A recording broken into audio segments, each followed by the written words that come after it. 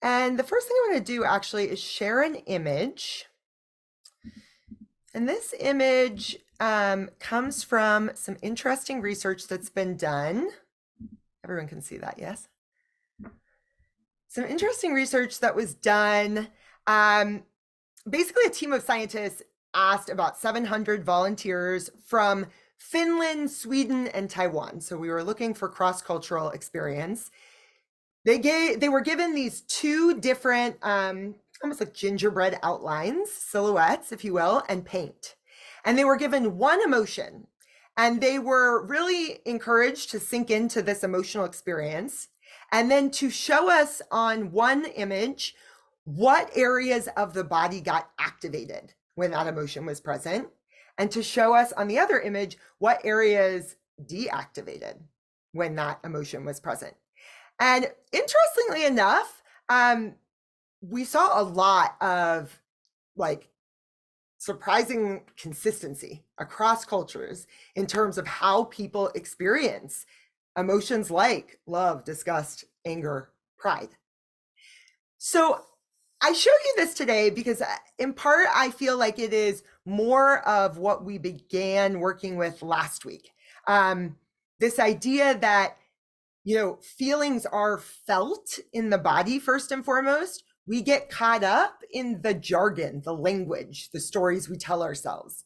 But if we're wanting to develop this emotional agility, which essentially the word became familiar to me, the idea became familiar to me thanks to Orange Soffer.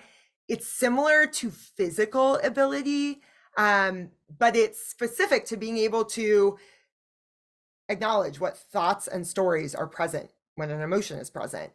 Be able to turn towards, open up around felt experience, and then ultimately give voice to that felt experience. If we want to be able to do that, and we're having a hard time doing that, it can be easiest to enter in as a sensory scientist, as someone who can really just look at what is activated, what's not activated, what is stimulated, what's not stimulated. Last week, and if you're interested about what we were working with last week, it is uploaded to our YouTube channel. I led in this inquiry more of like the artistic lens, like, are there colors you would associate with the experience? A shape, a element, perhaps. We're gonna continue working kind of with just turning towards what is activated sensorially, what we are experiencing today. But we're going to add this idea that was introduced to me by Joseph Goldstein. He has several wonderful meditations on the 10% Happier app. One of them is literally called Feeling Tone. We're going to bring in this idea of tonality. And in tonality, really what we're exploring is this thing I'm feeling. Would I call it pleasant? Would I call it unpleasant? Would I call it neutral? And what I want you to realize is that usually, if there is a conscious or unconscious acknowledgement of pleasant, we cling, we try to hold on to, we try to build. If there is unpleasant, we generally do the opposite, right? Reject, resist, or reverse. And when we're experiencing things that we might call neutral, we check out. We're no longer actually present with the felt sensation. So if all goes right, you'll get here an experience with tonality and acting as the scientific observer. So before we begin, I want you to do whatever you need to do to relax your nervous system. For me, that's taking some stretches, rotating to look in 360 degrees. This reminds the vagus nerve, oh yeah, I really am in a safe place where I could go inside and figure out what I'm feeling. It might be a few audible sighs, hums. It might even look like a shake or some sounding. Ugh.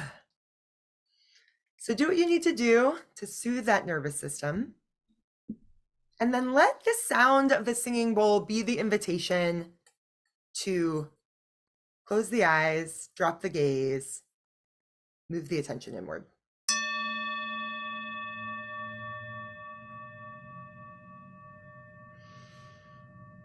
And as that sound fades,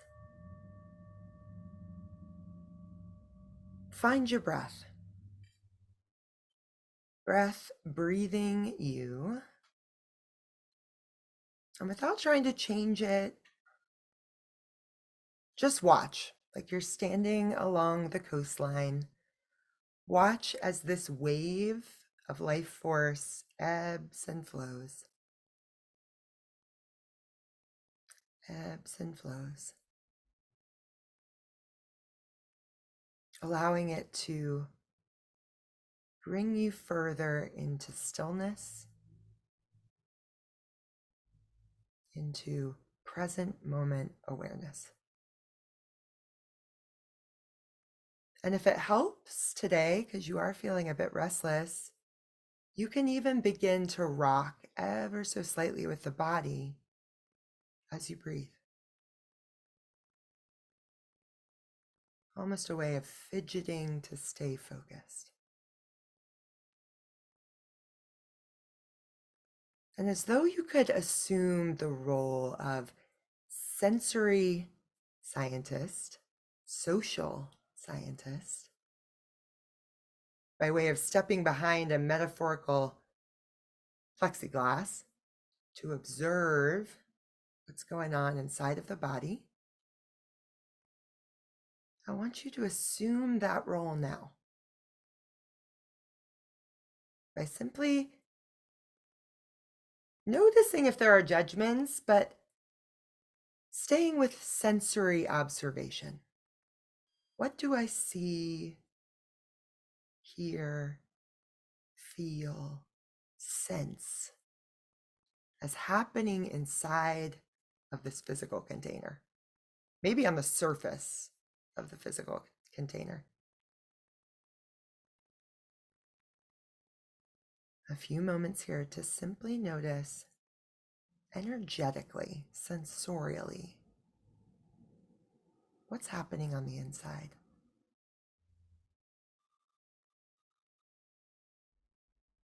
What might be happening on the edge of the physical boundary.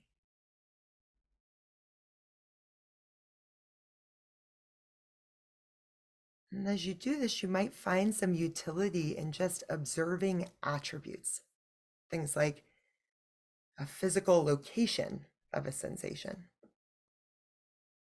chest, throat, belly, elbow. It might help to acknowledge if there's a shape, some sort of density to this experience, or if it's radiating, or maybe even transparent.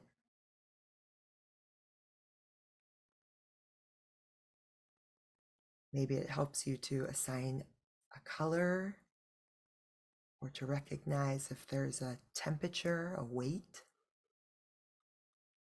to what you're feeling, almost like you could paint it. The artist's lens first.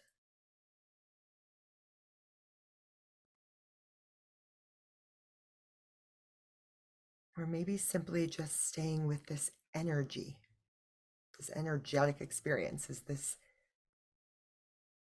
experience moving or stagnant? Changing, unchanging. Pleasant or unpleasant.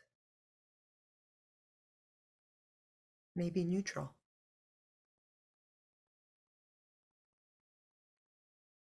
Perhaps you notice, for example, some vibration, tingling, an opening, and you're able to observe this as pleasant. If the pleasant experience becomes predominant, open to it as such, pleasant, and make that mental note, acknowledging it as pleasant, pleasant, pleasant, so you can be with the experience without grasping for it or trying to hold on to it.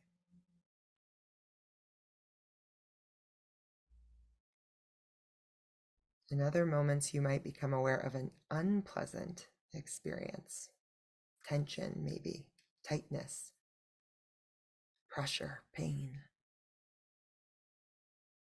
If the unpleasantness becomes predominant, see if you can do the same. Open to the experience of unpleasantness itself by just making this mental note: unpleasant, unpleasant, unpleasant, so that you can open to it without aversion, annoyance, resistance, without fear.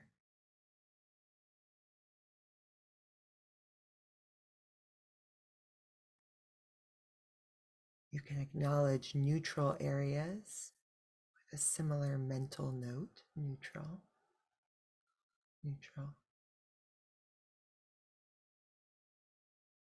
But as you make a mental note, it's important to keep the tone of the note soft. The tone of the note itself can tell us if there's reactivity in the mind.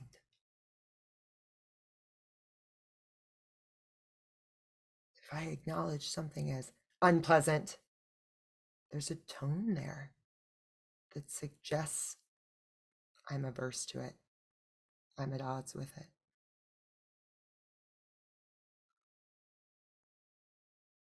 Or if there's a pleasant, an eagerness in that tone, it informs me that I'm grasping.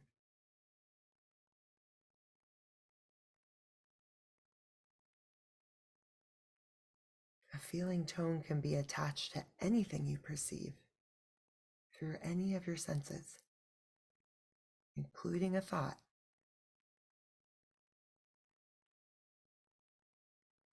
So if you notice there are thoughts associated with these sensations, like a story you start to tell yourself,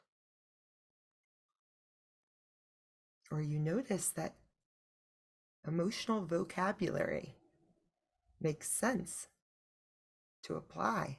This is anxiety. This is anger or pride. Let that tone inform you as to whether or not you are truly developing an openness, a sense of equanimity. If you are truly in the role of scientist, observing without evaluating,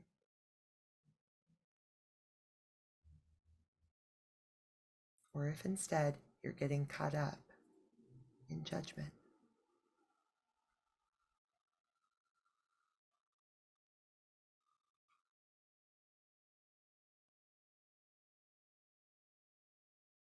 If you discover a sense of balance here in the mind state, you might open your awareness even more, just becoming mindful of whatever's arising moment to moment.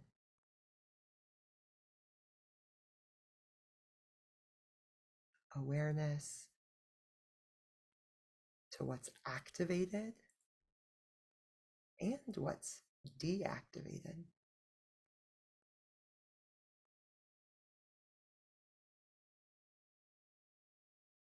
With intentionality around the use of tone: soft, calm, open.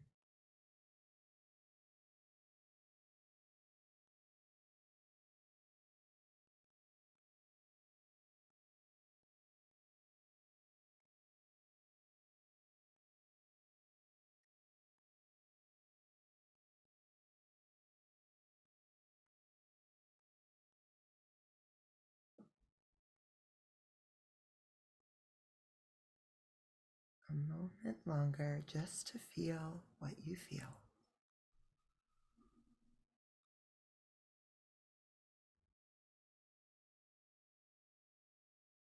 To observe your reactive habits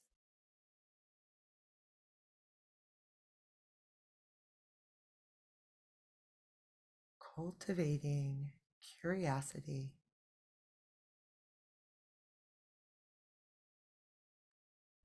and awareness.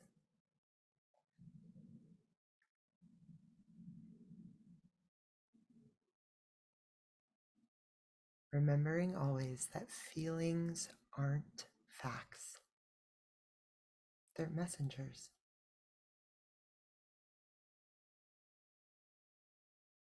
When we feel them, we allow that energetic message to rise up and move on out of the way.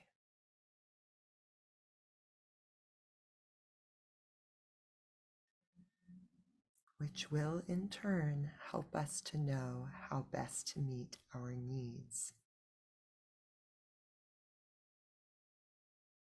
in any moment in time.